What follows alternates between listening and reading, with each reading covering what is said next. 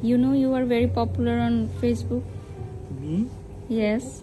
I posted a video, a story, and some people said he is very good. I know him.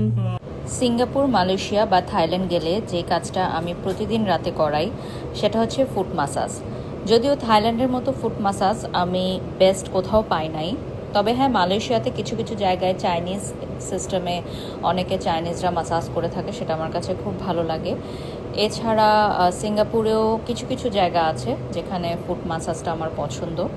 তো এবার third day আমি foot massage নিচ্ছি। আজকে আমি আরও কিছু কাজও করাচ্ছি। সো এখানে খুব যত্ন সহকারে ওরা কিন্তু ফুট মাসাজটা করায় থাকে, এবং দিস ইজ ভেরি ইম্পর্ট্যান্ট। যারা হচ্ছে দীর্ঘক্ষণ সময় দাঁড়িয়ে কাজ করেন বা পায়ে হেঁটে কাজ করেন বা খুব স্ট্রেসফুল লাইফ লিড করেন, তাদের জন্য ফুট মাসাজটা খুবই গুরুত্বপূর্ণ। যারা কখনো করেন নাই তারা আসলে জানেন না। আবার অনেকেই কমেন্টস করবেন যে মেয়ে হয়ে কিভাবে ছেলের হাতে ফুট মাসাজ করাচ্ছেন, বা ছেলে হয়ে কিভাবে মেয়েদের হাতে ফুট মাসাজ করাচ্ছেন। আসলে এখানে জেন্ডারটা ম্যাটার করে না, এখানে ম্যাটার করে এক্সপেরিয়েন্স। এবং যার ভিডিওটা দেখছেন উনি কিন্তু অনেক পপুলার।